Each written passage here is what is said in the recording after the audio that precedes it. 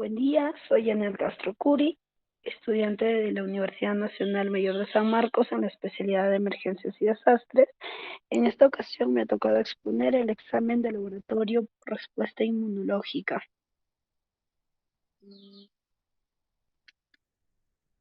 Primero vamos a poder ver qué es inmunología.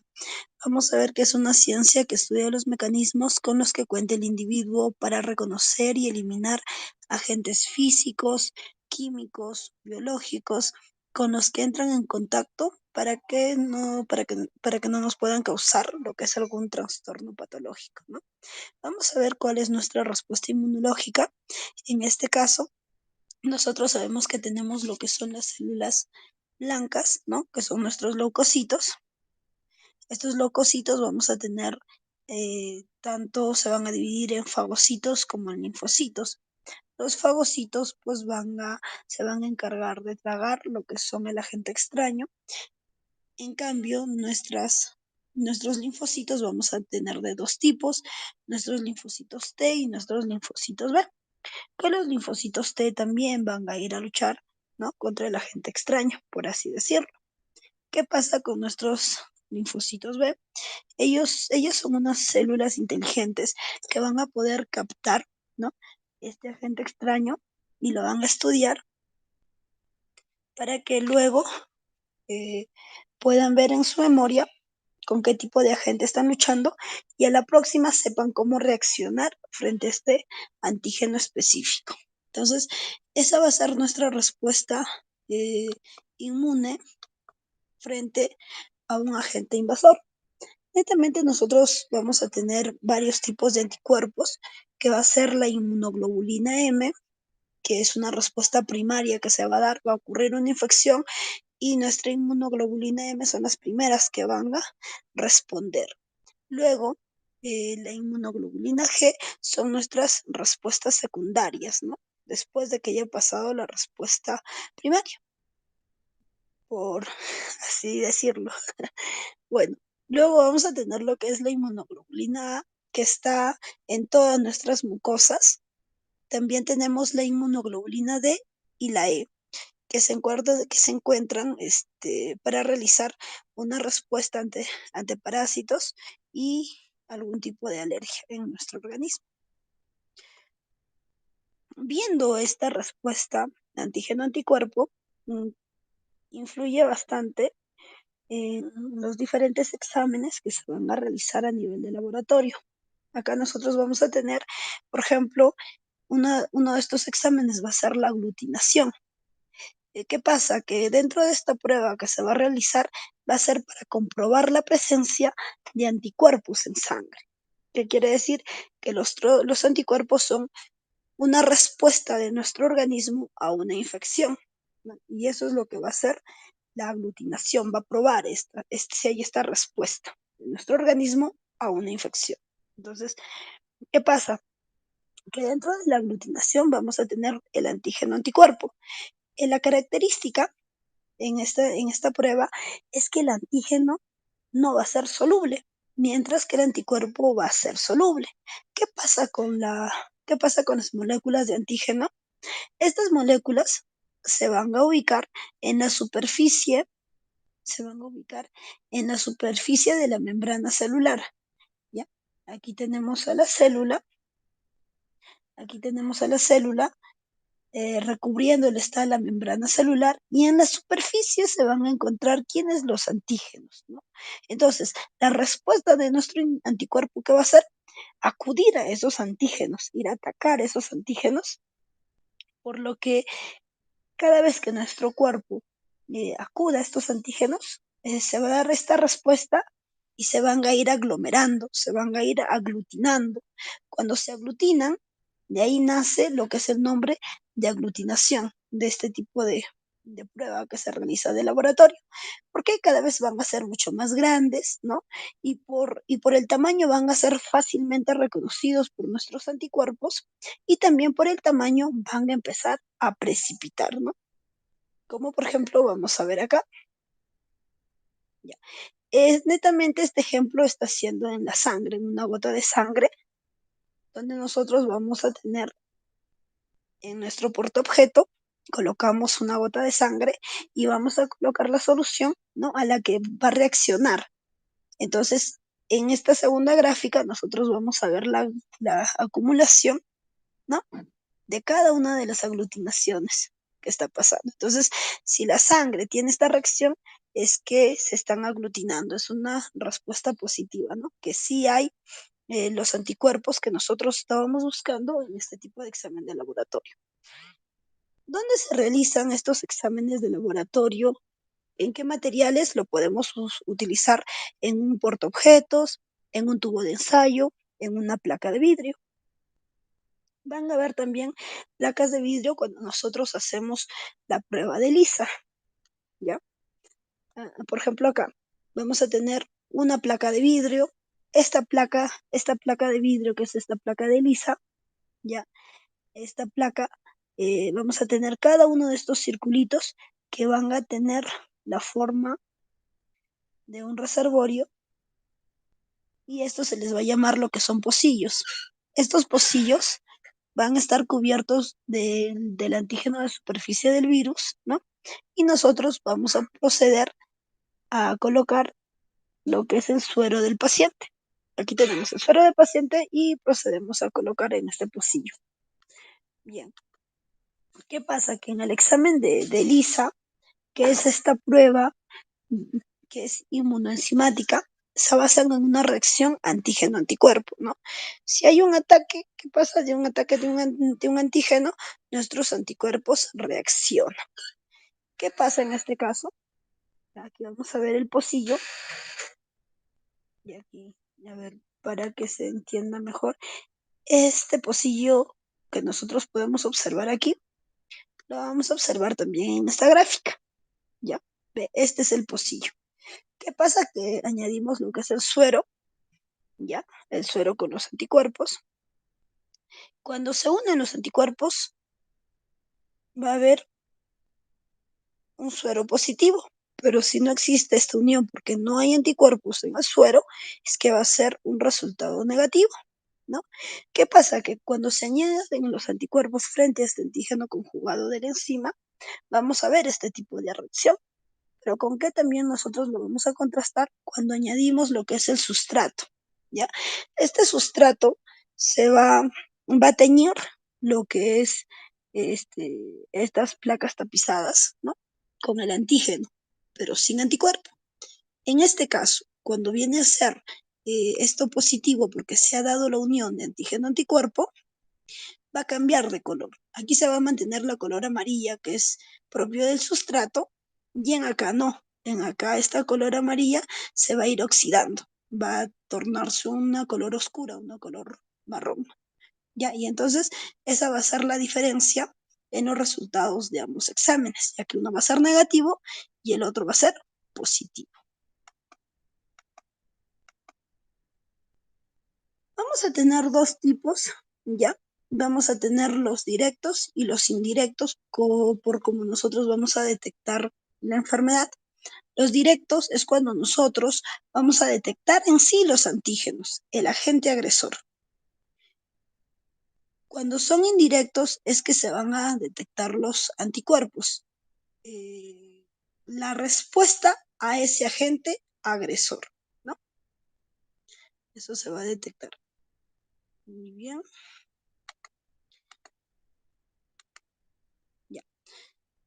Acá vamos a tener la placa, ¿no? Las placas de ELISA. En estas placas de ELISA va a haber una fila que va a ser de control negativo y otra fila va a ser de positivo. De acuerdo al color que esté saliendo, ¿no?, basándonos en estas respuestas que hay, es lo que se va a dar el resultado del paciente. Y ese resultado del paciente se va a transcribir en un informe, ¿no? Vamos a ver si ha sido positivo o si ha sido negativo. Netamente eso en el examen de ELISA. El siguiente examen es el Western blot. ¿En qué consta esta técnica de Western blot? Es la técnica analítica usada para detectar proteínas específicas mediante electroforesis en gel. Estos procesos que se realiza del Western blot son muy minuciosos, ¿ya? Lo vamos a tocar para dejarme lo que es entender. Se saca la muestra de sangre, se hace la separación del suero, que nosotros podemos observar, ¿no?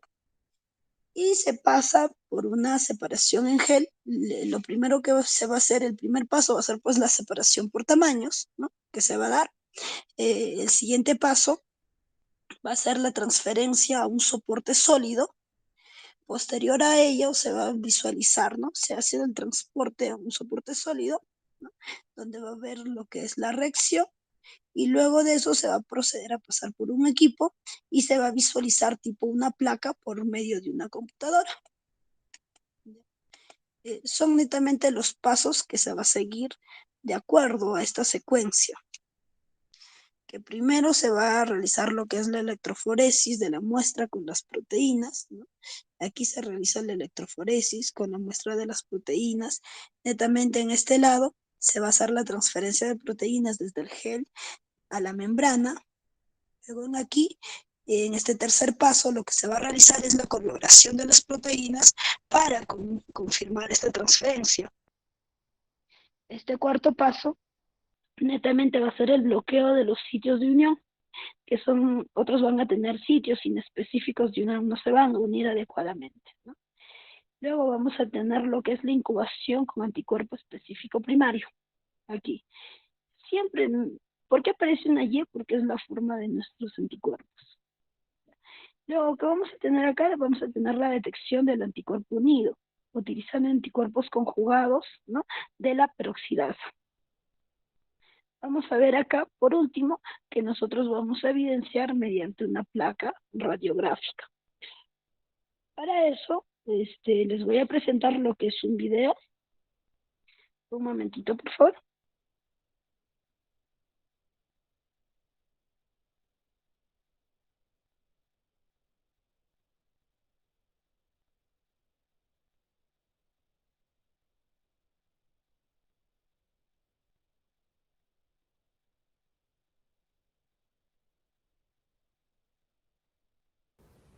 En este vídeo les mostraremos cómo se realiza el ensayo de Western blot o inmunoblot. Esta es una técnica analítica usada en biología celular y molecular para identificar proteínas específicas en extractos celulares o de tejidos. La técnica utiliza 3 etapas para lograr esto: separación por tamaño, que es lo que aprendimos en la lección 3.3, transferencia a un soporte sólido y finalmente visualización mediante la marcación de proteínas con el uso de anticuerpos primarios o secundarios apropiados, que es lo que realizaremos en esta técnica. Como podemos observar en el vídeo, este es el material que requerimos para llevar a cabo la transferencia. Para que las proteínas sean accesibles a la detección por anticuerpos, se les transfiere desde el gel de poliacrilamida a una membrana de nitrocelulosa o de PVDF. También requerimos bases y almohadillas para colocar la membrana y llevar a cabo la transferencia. Por otro lado, necesitaremos un soporte donde colocar las bases una vez completado el montaje, una solución amortiguadora de transferencia que ayudará a mantener el gel y la membrana de nitrocelulosa, una cubeta y tapa en la que formaremos un campo eléctrico. Terminado el proceso de separación de la proteína por electroforesis de primera dimensión, como se explicó en la lección 3.3, sacamos el soporte y de él los cristales, dentro de los cuales se encuentra el gel con la proteína separada.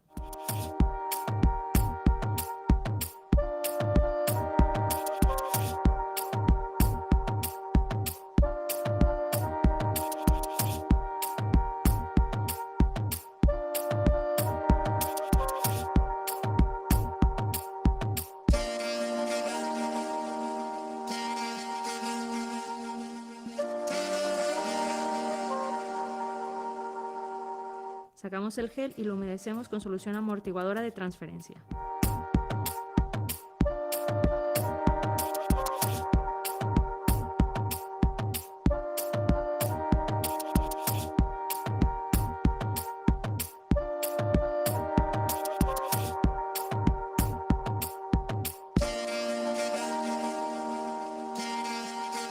Con la misma solución humedecemos las almohadillas, 4 papeles filtro y la membrana de nitrocelulosa.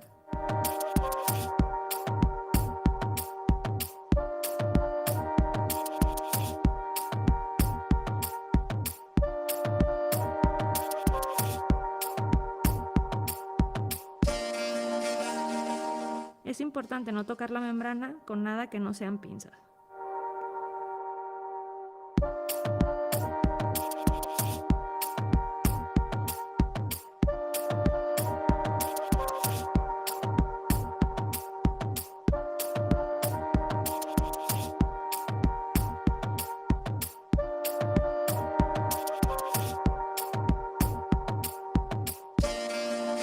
A la hora de montar el módulo de transferencia, el cual llamaremos sándwich, por la forma en la que se coloca, primero poner la base de plástico.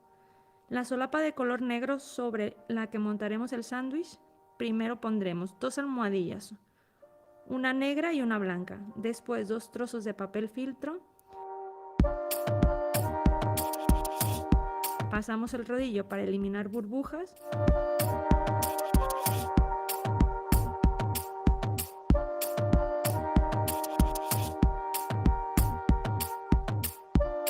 colocamos el gel con el marcador de peso molecular hacia la derecha.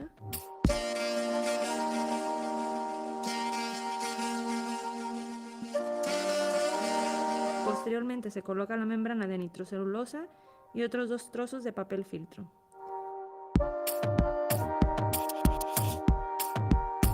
Volvemos a pasar el rodillo, ya que es muy importante eliminar las burbujas de aire que se puedan generar, ya que nos impediría la correcta transferencia de la proteína. Seguidamente ponemos otras 2 almohadillas, una blanca y una negra, y cerramos el módulo de transferencia.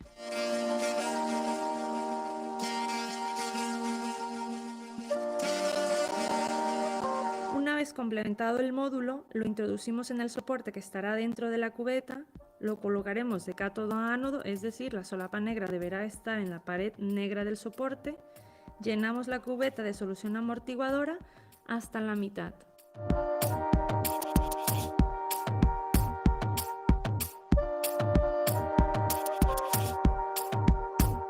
Introducimos un elemento refrigerante y nos aseguramos de que la solución haya recubierto todos los módulos.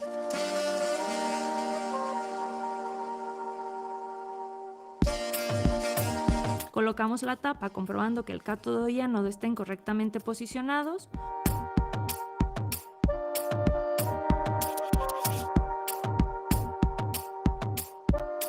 Lo conectamos a la fuente de alimentación.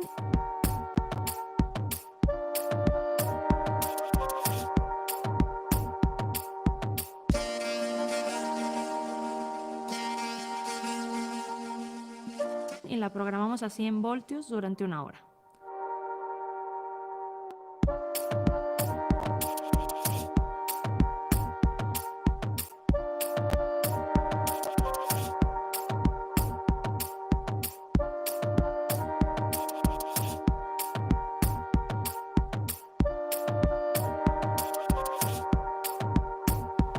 Una hora después sacamos el módulo de transferencia de la cubeta y lo abrimos.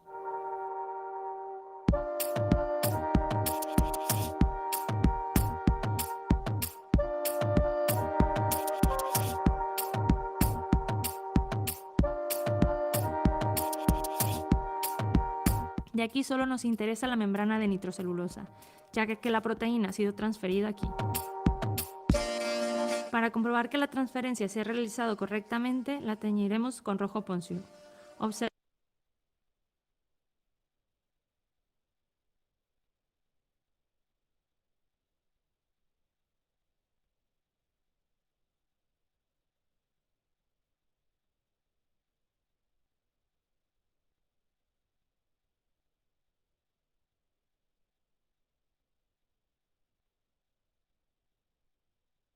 las regiones de peso molecular y recortamos la membrana con la fracción que nos interesa, teniendo como referencia el marcador de peso molecular.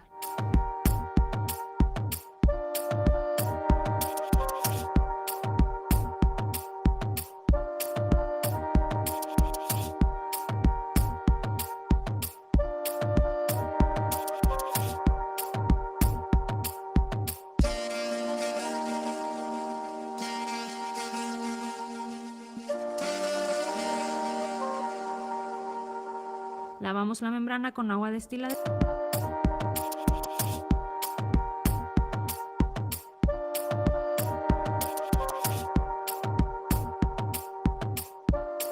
la sometemos a un proceso de bloqueo con leche durante 1 hora en agitación de 50 revoluciones por minuto. La caseína de la leche bloqueará las regiones de la membrana donde no hay proteína, evitando así uniones inespecíficas.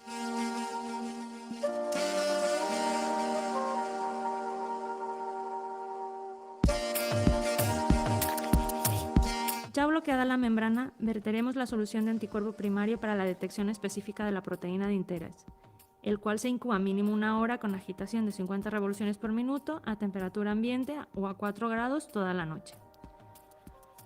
Transcurrido el proceso de incubación para el anticuerpo primario, se realizan 3 lavados con TBCT en intervalos de 10 minutos con una agitación de 100 revoluciones por minuto. Después incubaremos la membrana con el anticuerpo secundario. La naturaleza de este dependerá del huésped en el que se ha generado el primario. Puede ser de conejo, ratón o cabra, entre otros. Lo incubaremos en las mismas condiciones que el primario.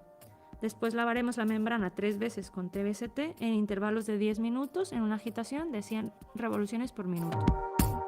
Para el proceso de revelado existen diferentes tipos de soluciones.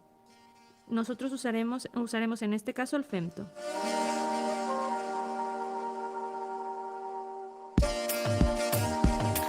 Podemos diluir la solución comercial para un mayor aprovecho.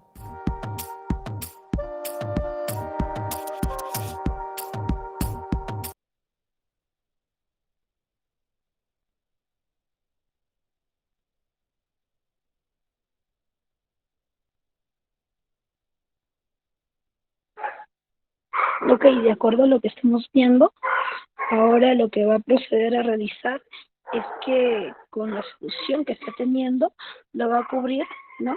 Esta membrana en donde se encuentra pues ya todas las proteínas transferidas. Recuerdan haber visto una lámina transparente. De esa lámina transparente se ha procedido a pasar ¿a dónde? A esta otra lámina, ¿no? Ha sido el proceso de, este proceso se llama de transferencia. Entonces, una vez que ha pasado, solamente ha cortado una parte de toda esta lámina y ahora lo va a pasar con una solución. Posterior a ello, lo va a colocar en lo que es su recipiente y va a realizar la lectura. Vamos a continuar entonces para poder finalizar con este video muy interesante.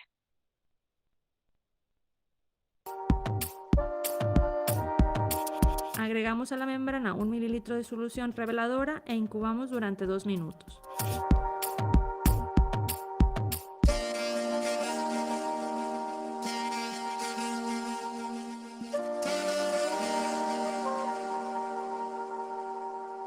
Se coloca la membrana en un soporte adecuado para el proceso y la introducimos en el densitómetro.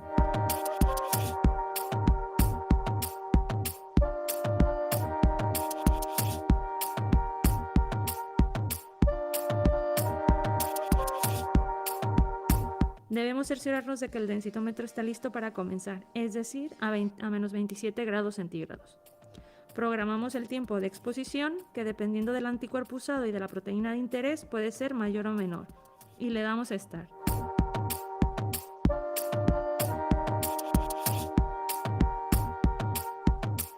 El densitómetro detectará la señal emitida por el anticuerpo unido a la proteína de interés, dando la señal del sustrato quimioluminiscente.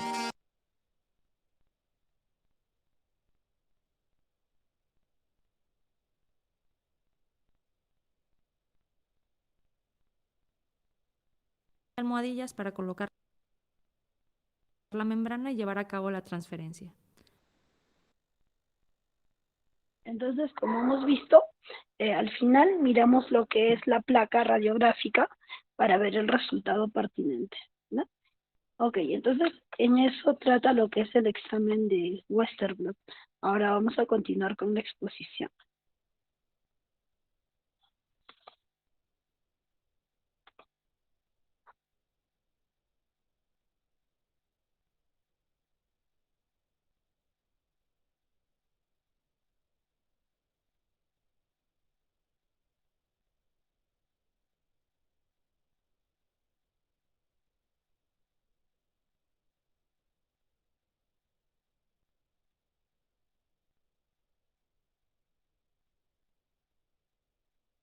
Ok, ahora nosotros vamos a ver sobre las Reacciones cómo se dan frente a la hepatitis A, frente a la hepatitis B y frente a la hepatitis C.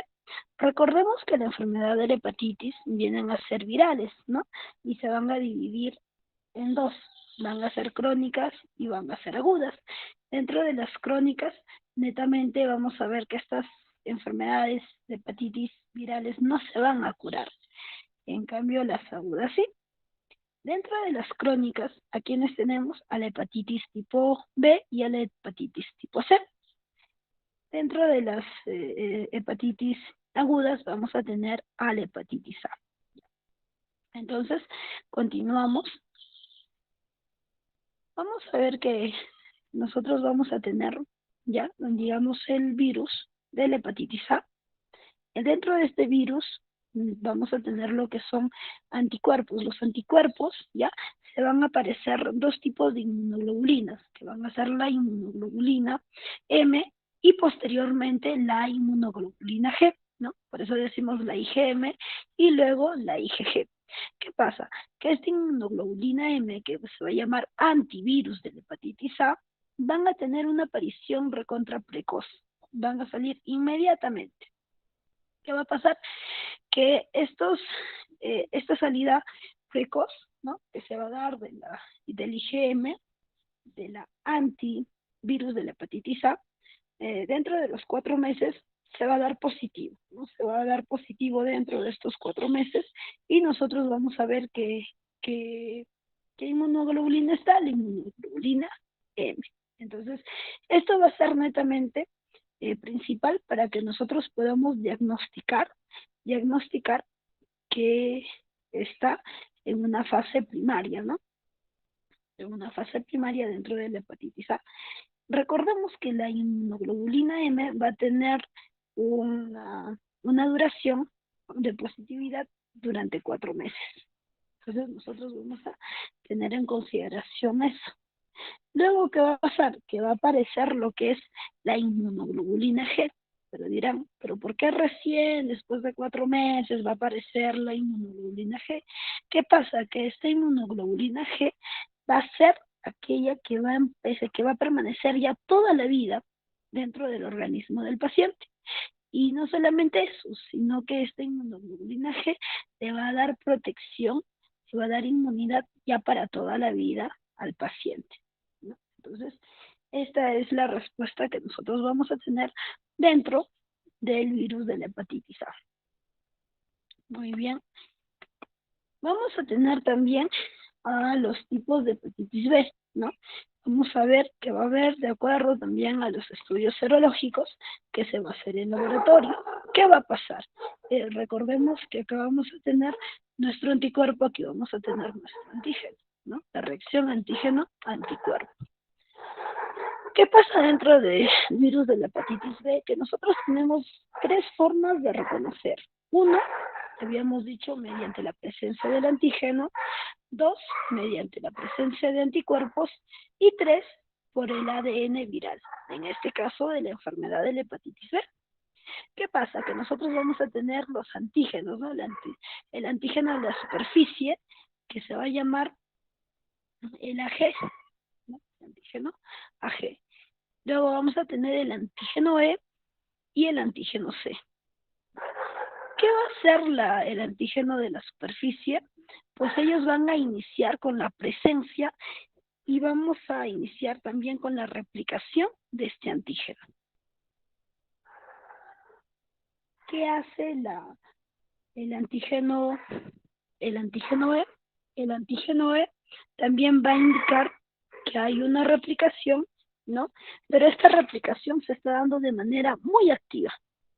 Ya hay una replicación. Vamos a ver el antígeno E, que va a haber una replicación de virus o de antígenos muy activa. Ya en la antígeno de superficie era el inicio, ¿no? Ya se miraba lo que era la presencia y el inicio de la replicación. Con el antígeno E vamos a ver que esta replicación está en la fase más activa. ¿Qué vamos a ver con el antígeno C? El antígeno C mayormente no es detectable dentro del organismo, solamente se va a detectar cuando se hacen biopsias, ¿ya? de los hepatocitos. Esto se va a detectar solamente, por ejemplo, en este caso de biopsias, más no cuando tenemos el estudio sanguíneo. ¿Y dónde se va a encontrar esto? Netamente ¿dónde? Este antígeno nosotros lo vamos a ubicar, el antígeno C, dentro de las células, de los núcleos de los hepatocitos. ¿Qué más? Nosotros vamos a tener, hemos dicho, los anticuerpos. Vamos a tener una reacción de anticuerpos para cada antígeno. El anticuerpo frente al antígeno S, el anticuerpo frente al antígeno S. El segundo va a ser el anticuerpo frente al antígeno E. El tercero va a ser el anticuerpo frente al antígeno C, ¿no? Cada uno va a crear su respuesta de anticuerpos. ¿Qué pasa? Cuando yo voy a ver, de acuerdo a mi examen de anticuerpos, que está presente el anticuerpo frente al antígeno S, ¿qué voy a decir? Voy a decir que frente a este antígeno, puede ser que esta persona no haya sido vacunado previamente por presentar este tipo de anticuerpos. Puedo decir que esta persona ha sido vacunada, ¿no? O también puede aparecer de una manera muy aislada este tipo de anticuerpo. No aparece junto con otro. El anticuerpo tampoco no llega a lo que es mezclarse, ¿no? Entonces, en ese caso, cuando aparece de una manera aislada, yo puedo decir y referir que se debe al producto de una vacuna. Vamos a tener también el anticuerpo frente al antígeno. ¿Qué aparece con este anticuerpo? Aparece, por ejemplo, que ya indica una seroconversión. ¿Qué quiere decir? Que cuando aparece este anticuerpo frente al antígeno E, habíamos dicho que la presencia del antígeno que decía que había una presencia de replicación activa. En cambio, cuando aparece este tipo de anticuerpo, ya le frena a esta replicación activa, ¿no? Ya empieza a aparecer, ¿qué quiere decir? Que ya va a haber una seroconversión, va a haber una disminución, ¿no? De esta fase activa del antígeno E. ¿Por qué? Por la presencia del anticuerpo que lucha frente al antígeno E. ¿Qué más? Nosotros vamos a tener otro que es el anticuerpo frente al antígeno C, ¿no? Este anticuerpo frente al antígeno C va a indicar que hubo un contacto con el virus, ¿no? Este presente va a decir, sí, ha sido infectado, y va a tener como presente que sí, ya pasó, ¿no? Ya pasó, hubo el contacto, sí, pero ya pasó. Entonces, eso nos va a indicar el antígeno C. Luego que vamos a tener nosotros el ADN viral. ¿Qué quiere decir? Es la presencia en sí del mismo virus.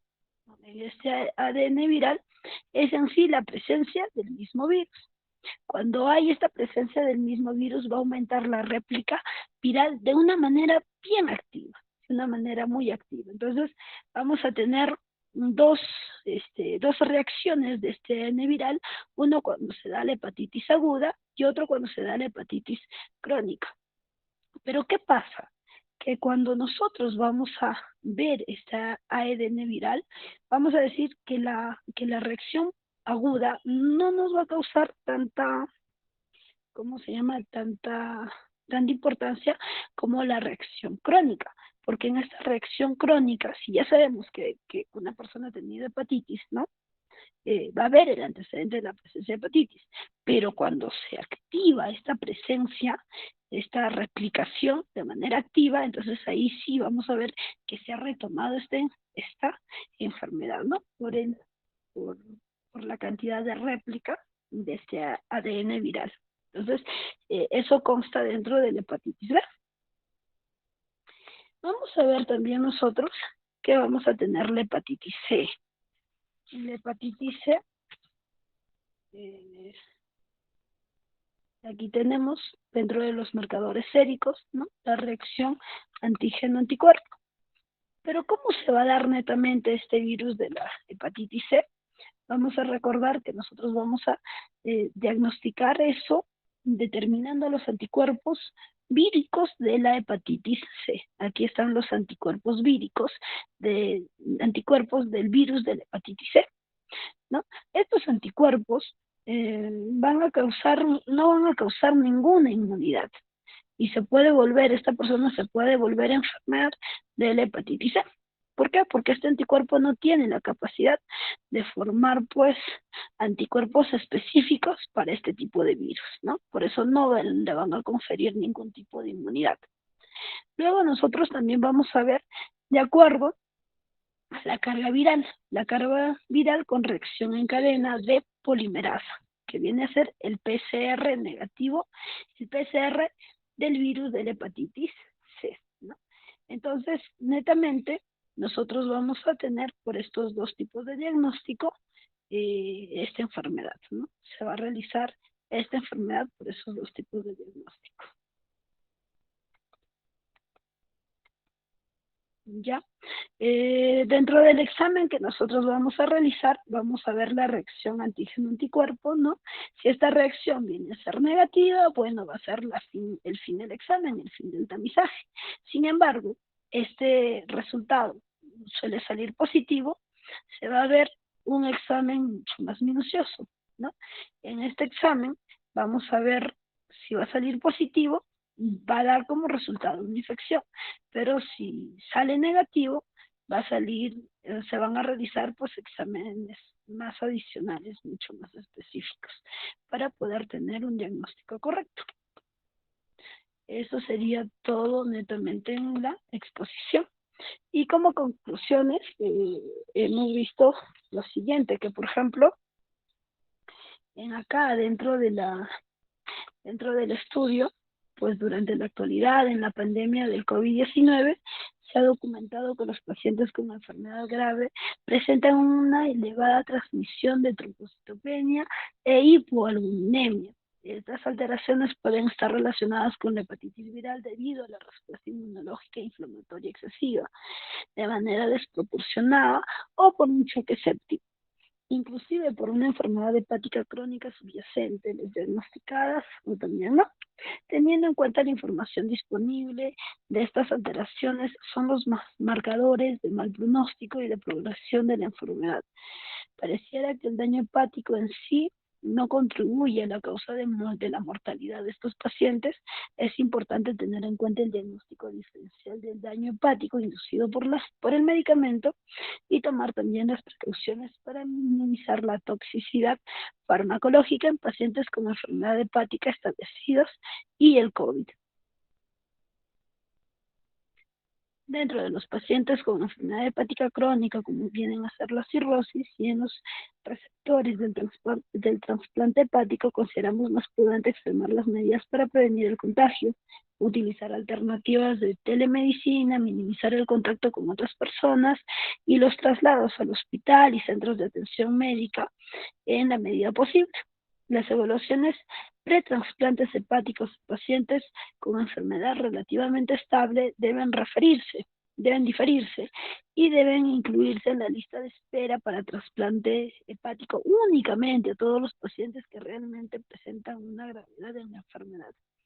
Para los pacientes con carcinoma hepatocelular, es imposible continuar con las terapias locales y sistémicas siempre que sea posible para evitar la progresión de la enfermedad. No existe evidencia clara que se haya demostrado que hay peores desenlaces en el grupo de pacientes, pero sí coexisten los factores de riesgos tradicionales del mal pronóstico en los pacientes también con COVID, con la enfermedad hepática. En la inmunosupresión por trasplante hepático, los desenlaces adversos parecen ser iguales que en la población sin patología hepática. Vamos a ver que con la relación del manejo de inmunosupresión, las recomendaciones para disminuir las dosis son muy específicas considerando la linfopenia, fiebre persistente o progresión de la neumonía como argumentos para disminuir las dosis de antimetabolitos en inhibidores de calcineurina. También se recomienda disminuir la dosis de esteroides sistémicos en pacientes que reciben dosis altas de prednisona o equivalentes. poca información disponible específicamente para la población con hepatopatías crónicas o antecedentes de trasplante de hígado.